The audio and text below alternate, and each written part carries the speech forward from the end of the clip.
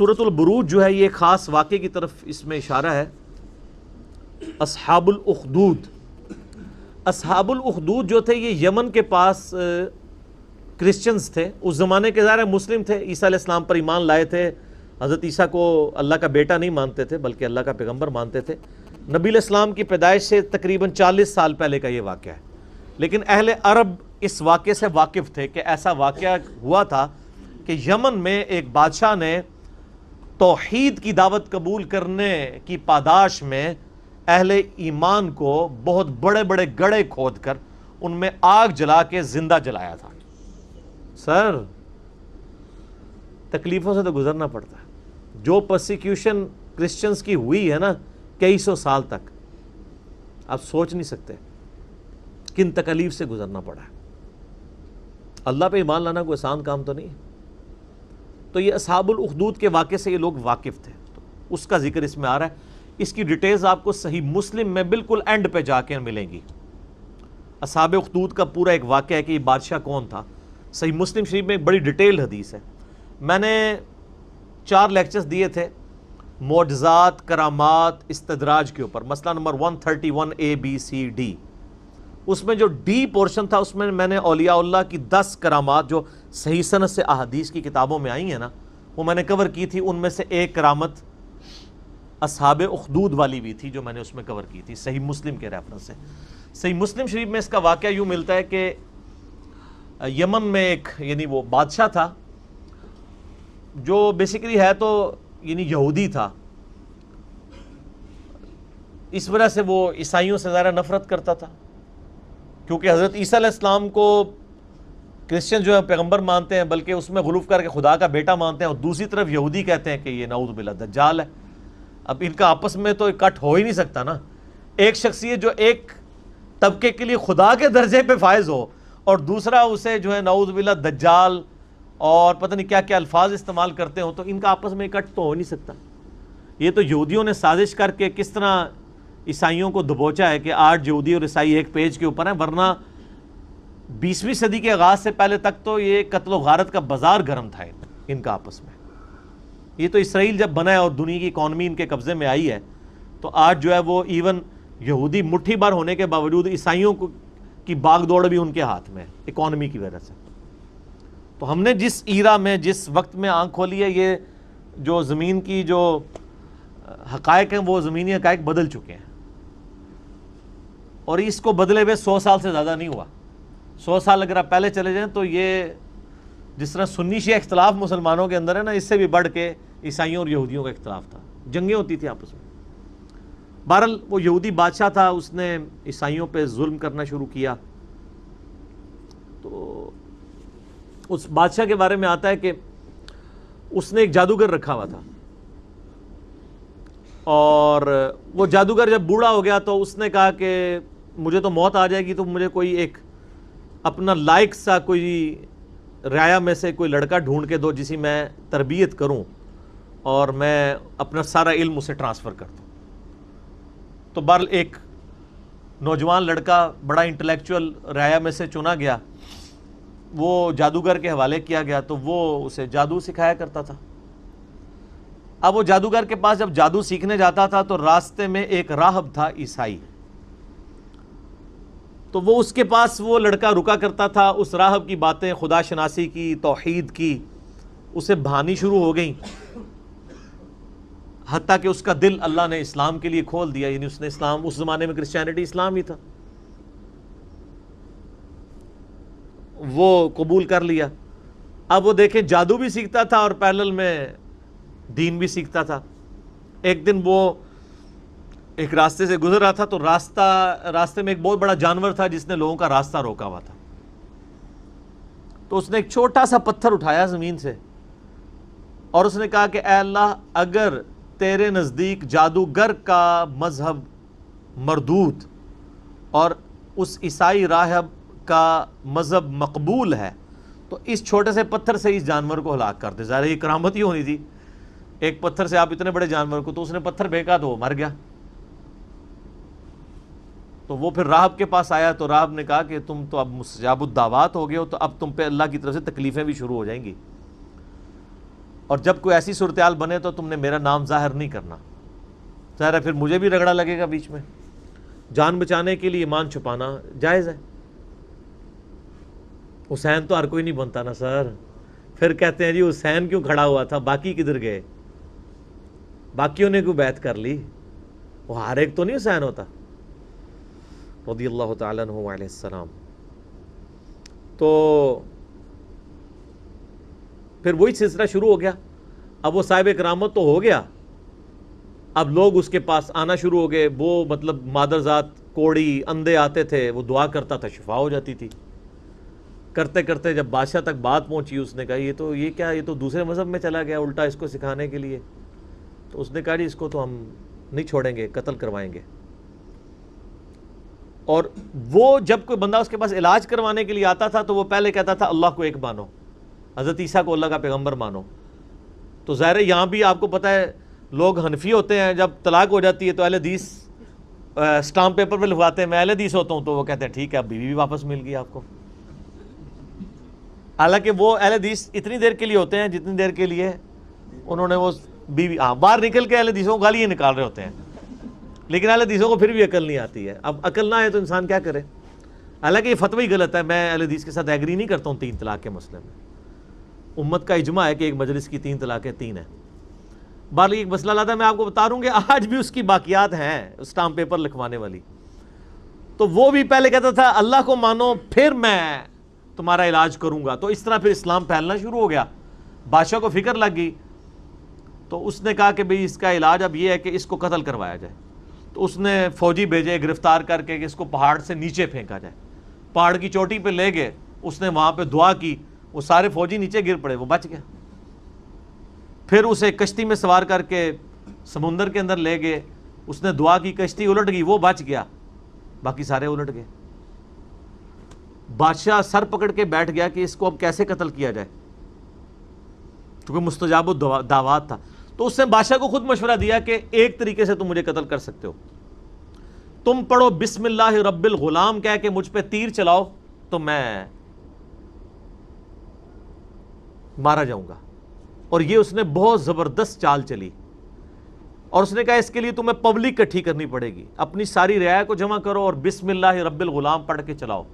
تو اس کا مطلب کیا تھا کہ اللہ کو ماننا پڑے گا.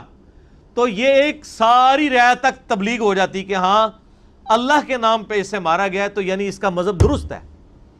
تو اس نے کہا میں نے جان تو جانی ہی جانی ہے, تو اللہ کے لیے جائے نا, اور میں مر جاؤں اور ایسا اختلافی نوٹ لکھوں کہ تبلیغ بھی ہو جائے. حضرت حسین ابن علی بھی نے یہی کیا نا, 72 بندوں کے ساتھ وہ 3 براعظموں میں پھیلی ہوئی بنو امیہ کی بدماش حکومت کا سامنا تو نہیں کر سکتے تھے, لیکن انہوں نے اپنے خون سے ایک اختلافی نوٹ لکھ دیا کہ میں مر جاؤں تو آنے والی نسلیں یہ یاد رکھیں کہ سچائی کے لیے کھڑا ہونا چاہے آپ تھوڑے سے بھی ہوں, اس کی پرواہ نہیں کرنی. تو آج تک دیکھ لیں دنیا میں جہاں بھی سچائی کے لیے تھوڑے لوگ کھڑے ہوتے ہیں تو مثال حسین ابن علی کے لیے کی دیتے ہیں.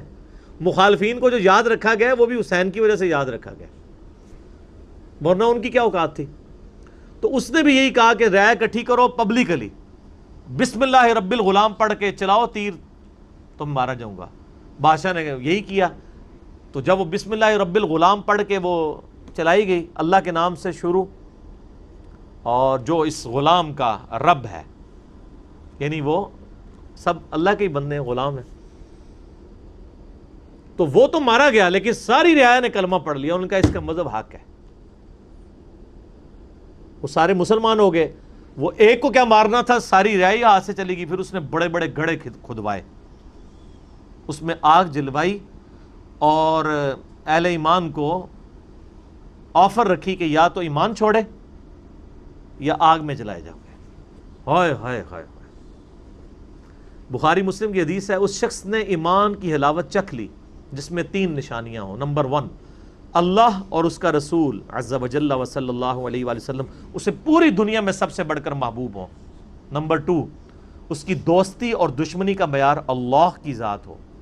اور نمبر 3 کفر کی طرف لوٹایا جانا اس کے لیے اتنا ہی ناپسندیدہ ہو جائے جتنا زندہ آگ میں جلایا جانا, وہ جلنے کے لیے تیار ہو جائے, ایمان نہ چھوڑے. ایمان کی مٹھاس اس بندے نے چکھی ہے.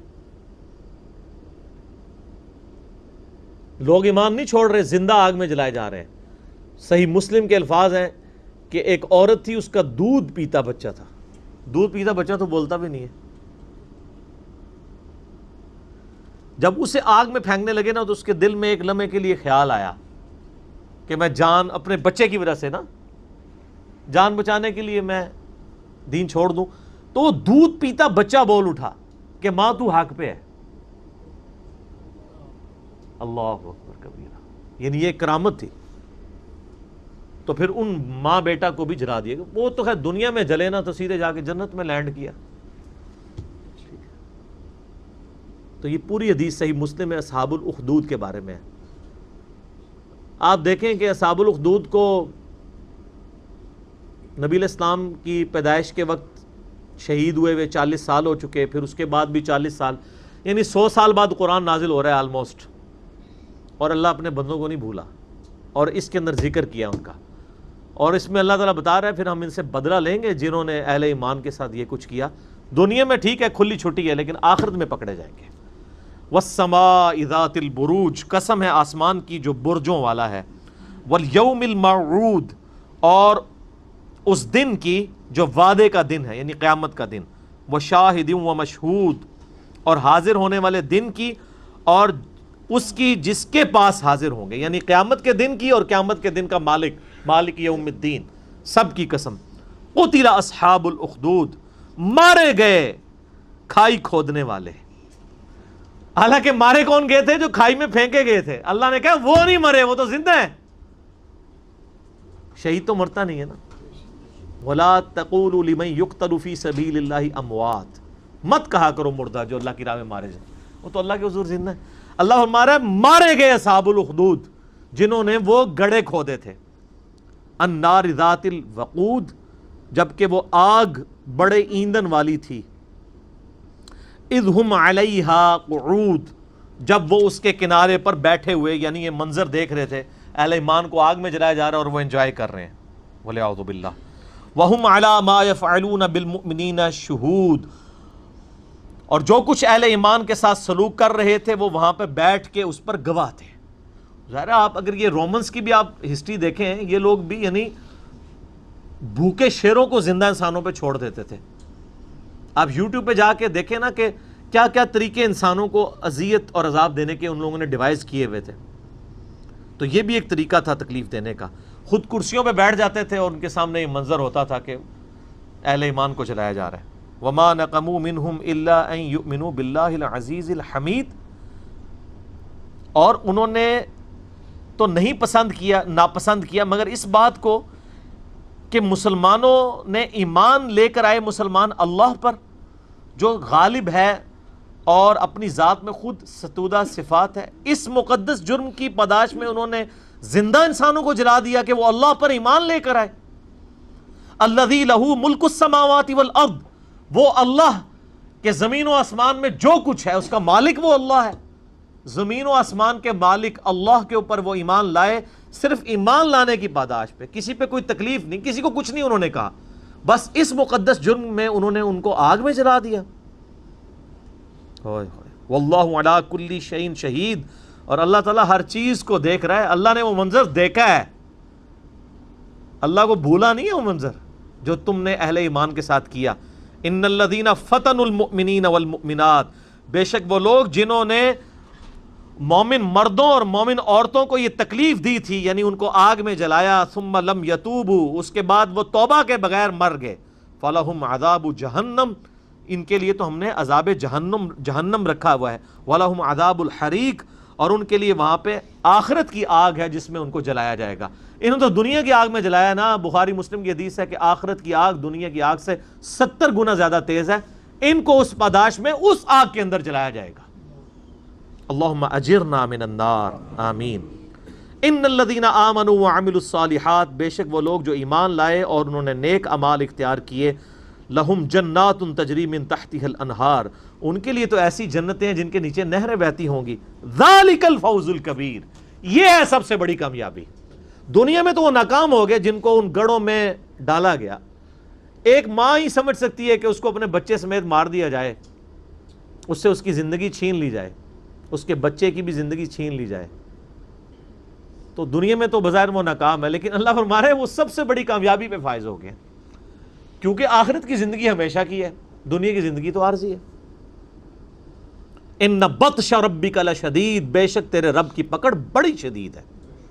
یہ دنیا میں تو کوئی شخص کسی شخص کو ایک دفعہ ہی موت دے سکتا ہے نا، اور اللہ تعالیٰ لاکھوں دفعہ زندہ کر کے لاکھوں دفعہ موت دینے پر قادر ہے۔ اللہ کی پکڑ سے کون بچ سکتا ہے؟ دیکھیں نا، دنیا میں زیادہ کون، جیسے وہ آپ کو پتہ ہے قرآن حکیم میں ہی آتا ہے کہ جب جادوگر ایمان لے آئے موسیٰ علیہ السلام پہ، تو فرعون نے کہا کہ میں تمہیں سولی چڑھا دوں گا تمہارے مخالف سمت کے ہاتھ پاؤں کٹوا کے۔ تو پتہ ہے ان جادوگروں نے کیا کہا تھا کہ تو جو کچھ بھی کرے گا دنیا کی زندگی میں کر سکتا ہے نا، ایک دفعہ ہی موت دے گا، دے لے، پھر تو ہمیشہ کی کامیابیاں ہماری مقدر ہیں۔ لیکن اللہ سے انسان نہیں بھاگ سکتا، اللہ کے جو قابو آ گیا وہ ایک دفعہ موت تو نہیں، جب چاہے جتنی دفعہ موت کی تکلیف سے گزارے اور تکلیف دے۔